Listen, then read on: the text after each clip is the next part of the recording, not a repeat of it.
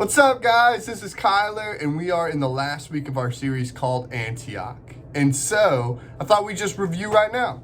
So we have the A, which is allowing risk. We want to step outside of our comfort zone and allow risk to see what God will do. In numerous life change, we want to see numerous people give their lives to Jesus. T, team leadership. Okay, we all, when we're all together, we all function as the body of Christ.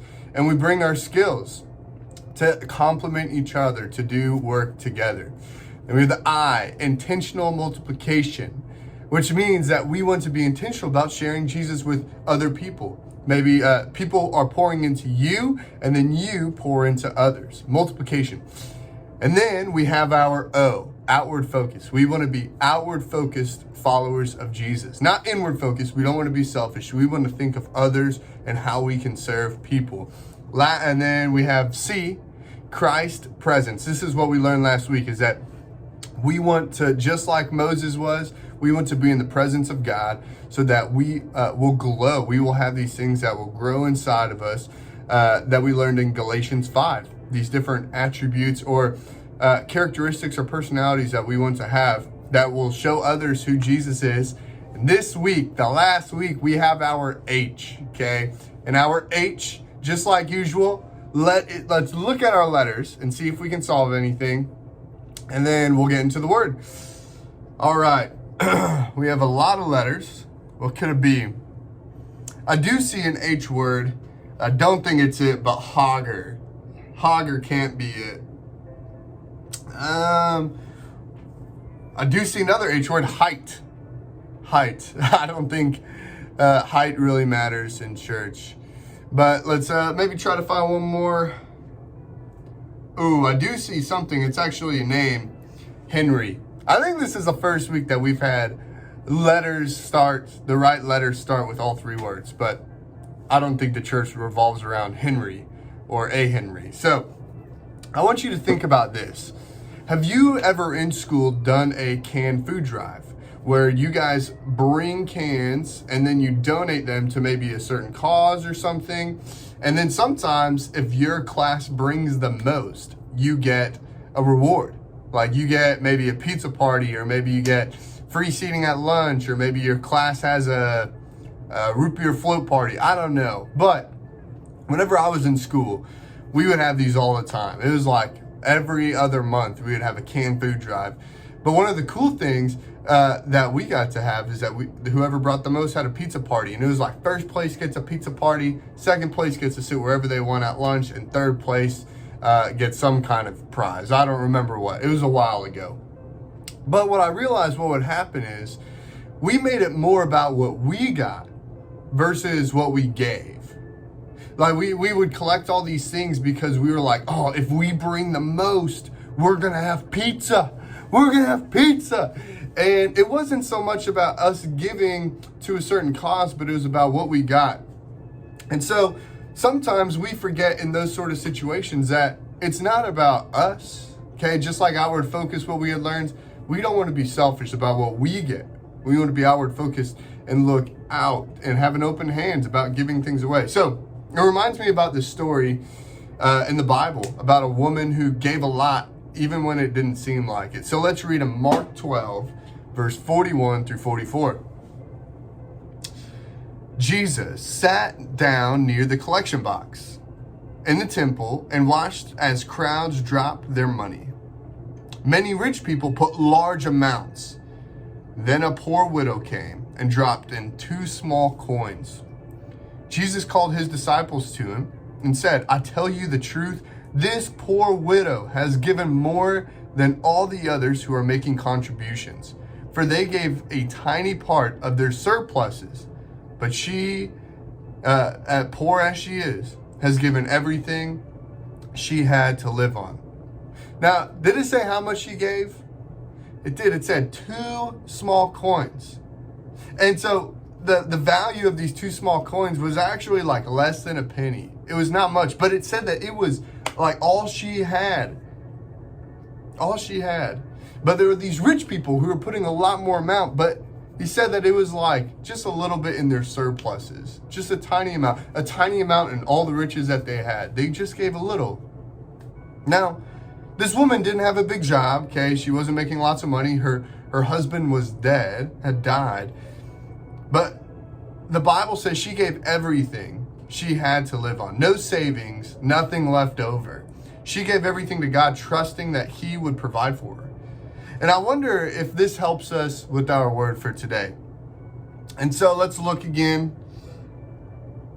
Not an H word, but I do see greetings.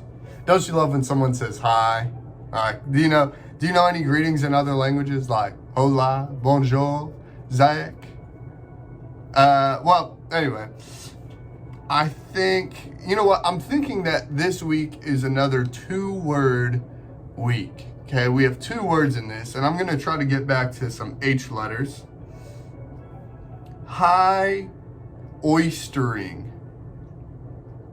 Man, that was pretty close. We only left out an E. I don't think that has to do with our church. High oystering. Let's look a little bit more. I think I figured it out. High generosity. That has to be it. There's no letter left. Plus, that is what Jesus was showing his disciples in the story. Or that's what he had pointed out. The widow's heart completely trusted God, and she gave everything she had. She was high on generosity. Now, do you know, I think this has to do with the book of Acts too, the church that we've been learning about, the Antioch church. So let's read in Acts 11, verse 28 through 30. One of them, named Agabus, stood up in one of the meetings and predicted by the Spirit that a great famine was coming upon the Roman world. This was fulfilled during the reign of Claudius. So the believers in Antioch decided to send relief to the brothers and sisters in Judea, everyone giving as much as they could. This they did, entrusting their gifts to Barnabas and Saul to take to the elders of the church in Jerusalem.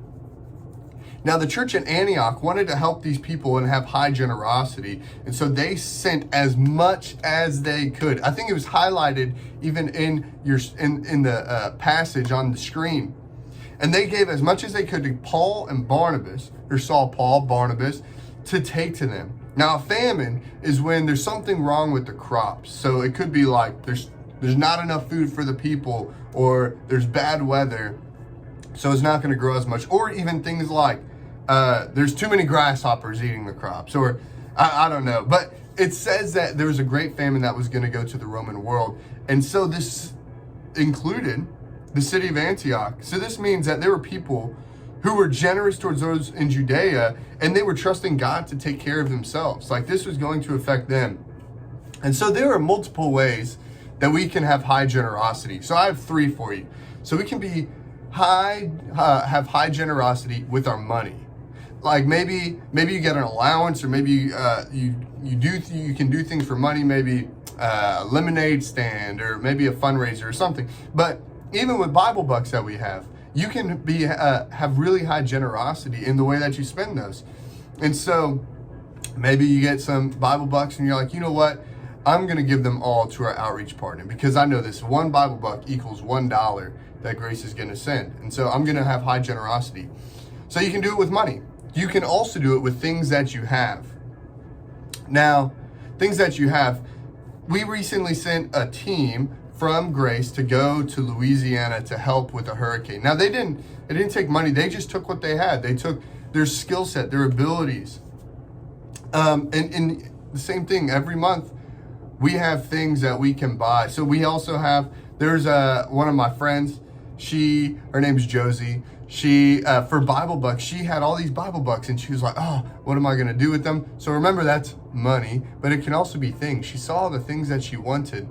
But we have some friends that are in Turkey who are being missionaries there, and we were trying to buy books for the kids.